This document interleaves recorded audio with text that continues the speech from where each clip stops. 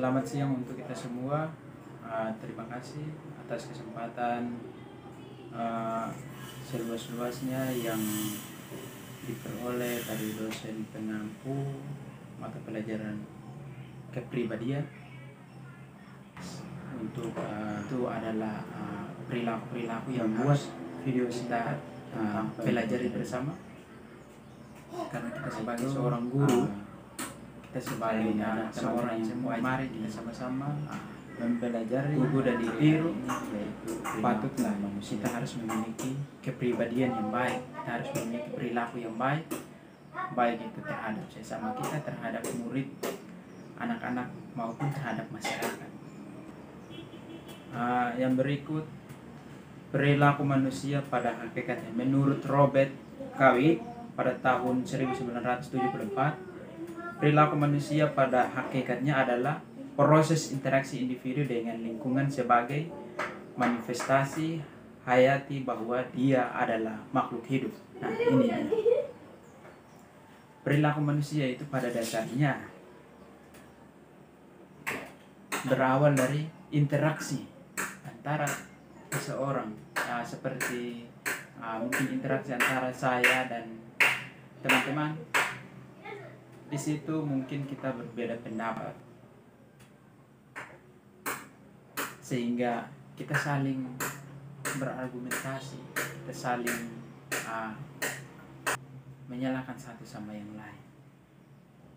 Nah, itu yang dimaksudkan dengan perilaku manusia itu pada dasarnya adalah proses interaksi individu dengan lingkungan.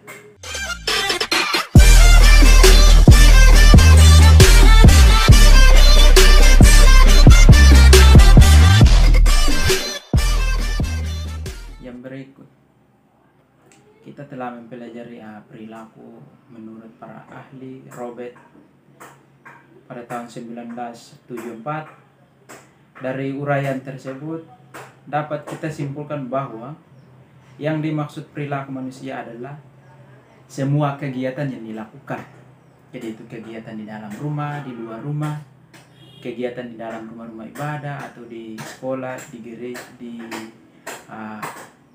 tempat-tempat umum, itu adalah perilaku manusia, aktivitas manusia, baik yang diamati secara langsung maupun tidak diamati secara langsung. Diamati secara langsung itu mungkin kita melakukan sebuah pertunjukan, kita diberi kesempatan atau diberi waktu untuk menyampaikan arahan-arahan. Itu merupakan perilaku kegiatan aktivitas perilaku yang secara langsung. Jadi di situ audiens bisa menilai ya orang ini dia punya perilakunya baik, dia punya kata kalimatnya sopan santun, sangat bagus sekali. Disitulah perilaku manusia diukur. Yang berikut, ada banyak sekali contoh-contoh perilaku yang menimbulkan keinginan untuk diri sendiri. Perilaku orang, tipe perilaku orang yang ketika dia melihat, makanan ini sangat baik, enak sekali. Oh tidak, ini sendal baik sekali, bagus sekali, mantap, saya harus beli. Sementara dia ada menggunakan sendal yang lain juga, tapi karena dia punya perilaku yang kurang baik, sehingga dia akan berusaha untuk harus ambil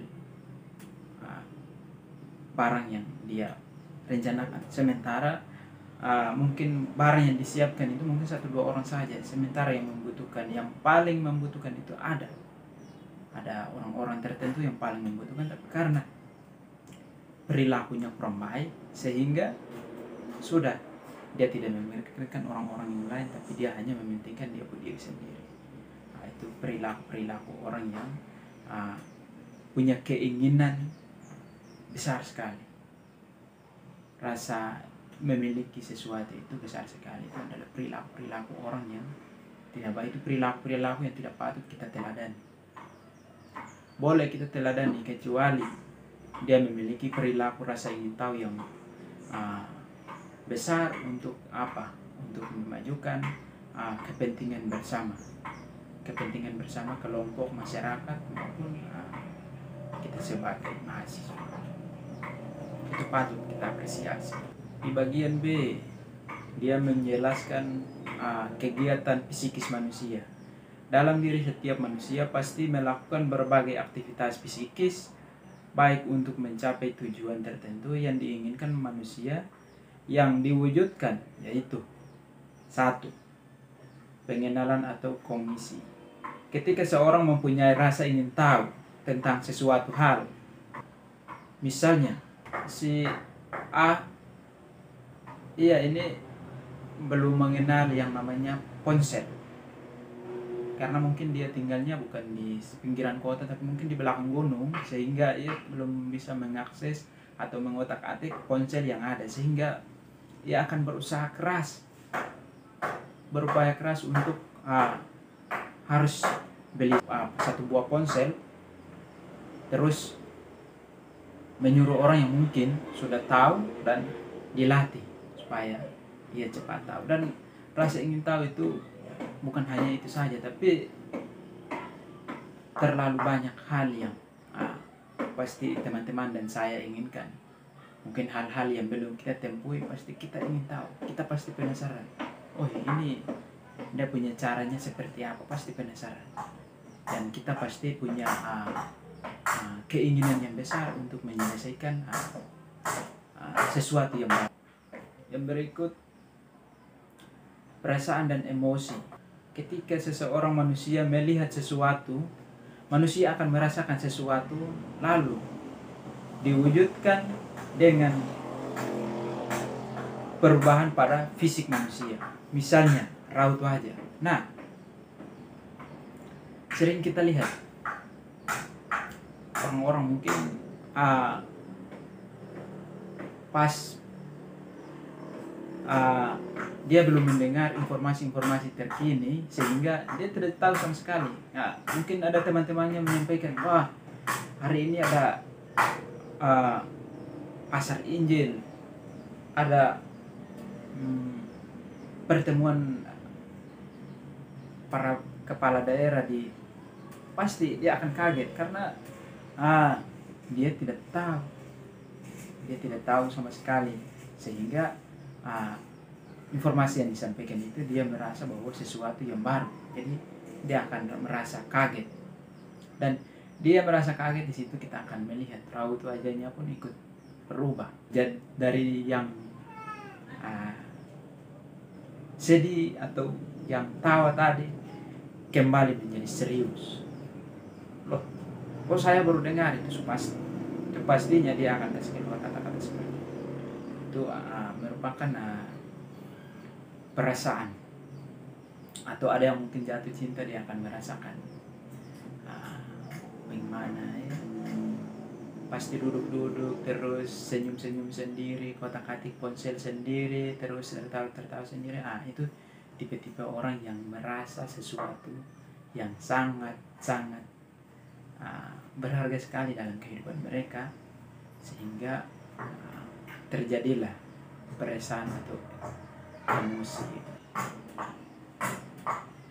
Ada juga kemauan. Di bagian yang ketiga dia menyatakan bahwa kemauan lain, kita juga pasti punya kemauan. Saya sendiri punya kemauan, punya tujuan, yaitu bagaimana saya mencapai tujuan itu, yaitu belajar sehingga cepat selesai, dan pada akhirnya kita ada di posisi yang dikatakan sebagai alumni. Nah, itu merupakan tujuan saya, tujuan teman-teman juga pasti ada. Semua orang pasti punya tujuan. Sebagai pelajar pasti dia tidak mungkin jadi pelajar terus, tapi dia pasti akan ada di level-level tertentu. Nah, itu adalah bagian dari kemauan yang membawakan kita menuju sesuatu tujuan yang akan dicapai, baik itu sebagai profesi guru, pemerintahan, birokrasi, dan lain-lain. Adapun gejala campuran di bagian keempat, dia menyatakan bahwa ada gejala campuran. Nah, gejala campuran ini seperti apa? Gejala campuran itu ya kadang orang punya campuran sedih, campur tawa, deg-degan, tapi harus maju.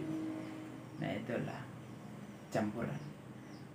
Kita merasa lelah, tapi kita harus berdiri dan bangkit dan berjalan. Nah, itu adalah campuran dari gejala perilaku manusia. Kita sudah merasa, oh saya sudah tidak bisa lagi. Tapi karena tadi kita punya tujuan hidup, sehingga kita mau jatuh, mau tertindas, didiskriminasi dengan cara apapun, tetap kita akan berusaha untuk mencapai puncak tujuan yang kita ingin.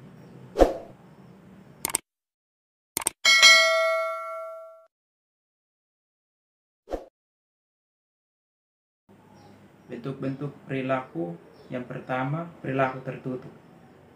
Perilaku ini adalah respon terhadap bentuk terselubung atau tertutup, atau reaksi kita terhadap sesuatu. Nah, itulah perilaku tertutup. Ada juga perilaku terbuka, itu respon seseorang terhadap bentuk tindakan yang nyata. Artinya kita melakukan sebuah kita memberikan apresiasi atau memberikan sebuah penghargaan terhadap orang-orang yang melakukan tindakan nyata seperti menyuarakan atau terlibat dalam kegiatan-kegiatan kampus. Otomatisnya kita akan memberikan penghargaan, kita memberikan apresiasi kepada mereka. Ini merupakan bagian dari bentuk-bentuk perilaku terbuka. Karena kita harus terbuka, transparan, dan semua itu harus bersifat akuntabel, dapat dipertanggungjawabkan. Berikut adalah faktor-faktor yang mempengaruhi perilaku manusia. Faktor personal sangat menentukan sekali. Interaksi sosial dalam membentuk perilaku individu. Faktor yang pertama yaitu faktor biologis. Itu terlihat seluruh kegiatan manusia, bahkan berpadu dengan faktor-faktor sosiopsikologi. Ada faktor sosiopsikologi, faktor biologis, merupakan faktor-faktor yang mempengaruhi perilaku manusia. Nanti teman-teman silakan lihat link materinya, link dokumennya di kolom deskripsi. Yang berikut perilaku anomali.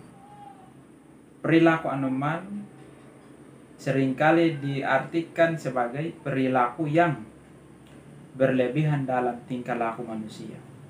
Nah, ini artinya orang yang bertingkah laku tidak wajar biasanya terdapat pada gangguan mental.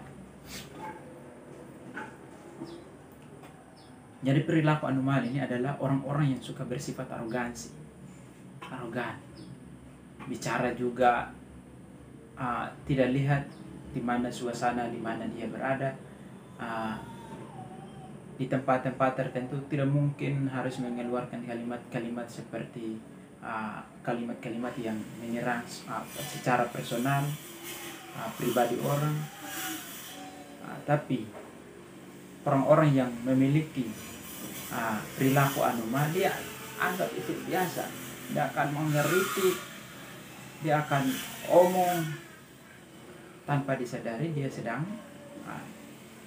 menjatuhkan orang-orang di sekitarnya. Itu adalah perilaku anomali. Atau bisa orang-orang seperti ini adalah orang-orang yang selalu melakukan perilaku penyimpangan dari norma sosial, norma-norma yang berlaku. maupun itu norma sosial, norma budaya, norma agama, dan nilai-nilai norma yang berlaku. Ada juga pandangan-pandangan tentang perilaku anomali. Yang pertama, pandangan psikodinamik. Pandangan psikodinamik mendukung prinsip psikis, yakni pandangan bahwa tingkah laku normal atau tidak normal ditentukan oleh hasil dan proses dinamik dan konflik yang proses yang praktis, seperti di kampus mungkin ada perayaan pemilu raya, atau itu pasti ada dinamika forum yang akan kita sampaikan. Dinamika itu yang kita akan sampaikan, dan itu adalah dorongan-dorongan batin internal individu, seperti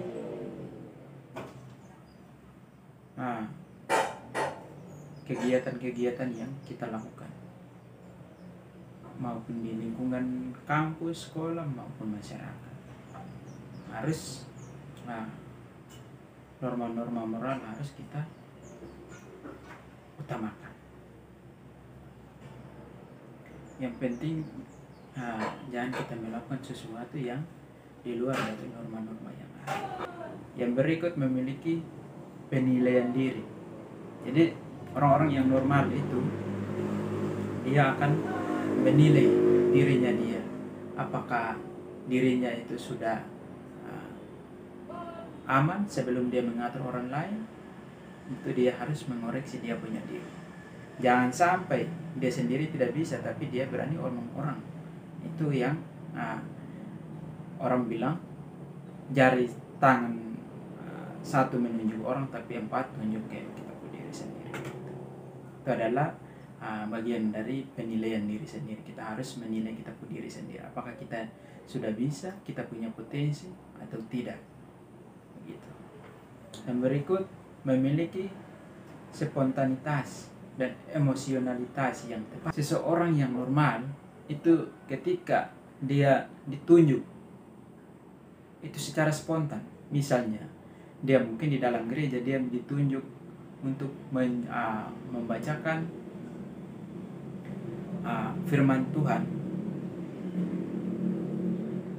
Itu merupakan spontanitas karena tidak direncanakan. Secara spontan mereka tunjuk, mau tidak mau ya harus naik. Itu adalah orang-orang yang normal. Tapi orang-orang yang tidak normal dia akan berusaha menghindar dari kondisi-kondisi seperti itu.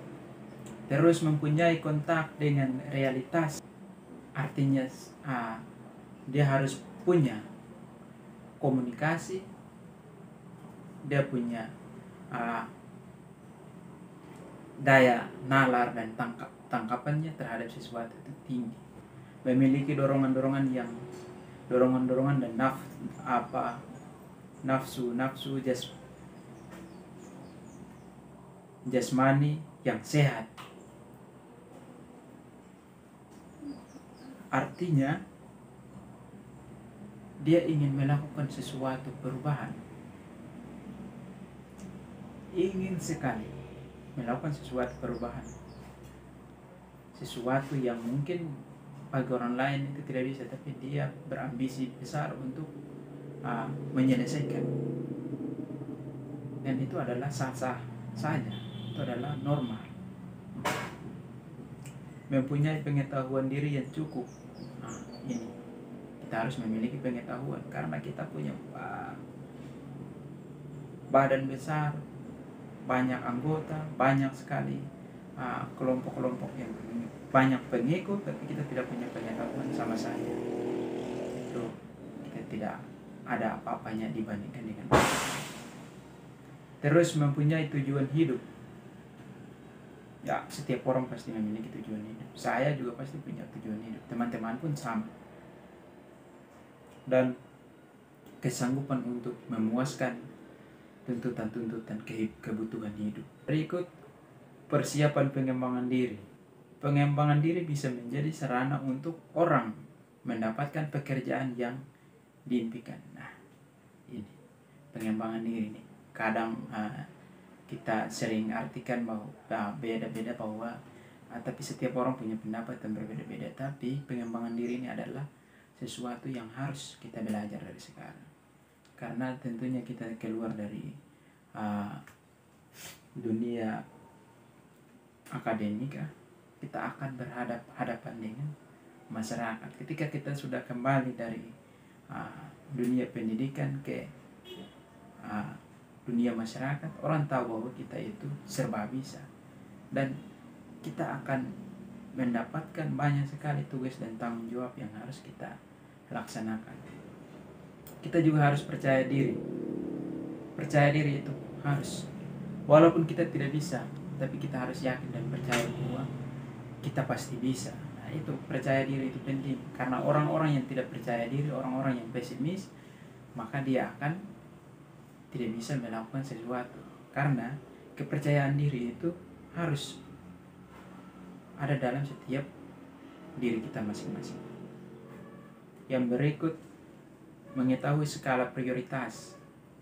Dengan mengembangkan diri maka akan semakin bertambah pengetahuan. Ya, ketika teman-teman, saya dan teman-teman, awalnya kita masuk kampus pasti kita tidak tahu apa-apa, tapi ketika ada teman-teman yang mungkin terlibat langsung dalam kegiatan ormawa kampus, maka kita bisa lihat dari cara mereka berbicara, cara mereka berpendapat pasti akan berbeda dengan orang-orang yang tidak masuk dalam dunia ormawa atau dunia kampus. Cara kita mengembangkan potensi diri kita sendiri. Nah, yang pertama, kita harus mengembangkan potensi kita dengan diawali dengan menggali diri kita sendiri. Nah, coba kita melakukan sesuatu yang belum pernah dilakukan selama kita berada. Kita melakukan sampai berhasil, maka itu merupakan salah satu potensi baru yang kita temukan. Dan kita harus kembangkan itu potensi-potensi yang kita miliki. Dan jangan lupa juga kita terus belajar. Jangan kita puas dengan sesuatu yang sudah kita raih. Marilah, biarlah kita terus belajar. Jangan bilang sudah selesai wisuda, saya sudah selesai wisuda jadi tidak usah belajar lagi. Tidak. Belajar itu adalah segala-galanya, karena dengan orang belajar maka orang bisa menemukan ide-ide yang baik, orang bisa menemukan temuan-temuan yang baru dan bisa kembangkan ke masyarakat maupun pendidikan sekolah. Terus yang berikut, temukan mentor. Nah, mentor ini mungkin teman-teman ada yang belum tahu, tapi mentor ini merupakan orang yang membantu kita mengurus kita punya segala berkas, kita punya kebutuhan, membantu kita dalam menyampaikan segala hal. Itu adalah mentor, orang-orang mentor di gereja atau di pemerintahan atau di dunia kampus. Nah, mentor ini sering kita dengan kata lain, mentor ini adalah dosen pembimbing. Itu merupakan mentor, pembimbing itu adalah mentor kita itu di dunia kampus. Mungkin sampai di sini pertemuan kita. Kita akan lanjutkan, dan jangan lupa teman-teman, nanti materi selengkapnya saya taruh di bawah link deskripsi. Jadi silakan teman-teman melihat materi itu dan belajar, dan silakan masukkan saran dan pendapat teman-teman di kolom komentar sehingga kami boleh bersemangat terutama dalam dunia pendidikan untuk menyampaikan informasi-informasi tentang pendidikan kepribadian. Terima kasih. Jangan lupa like, dan share ke media teman-teman.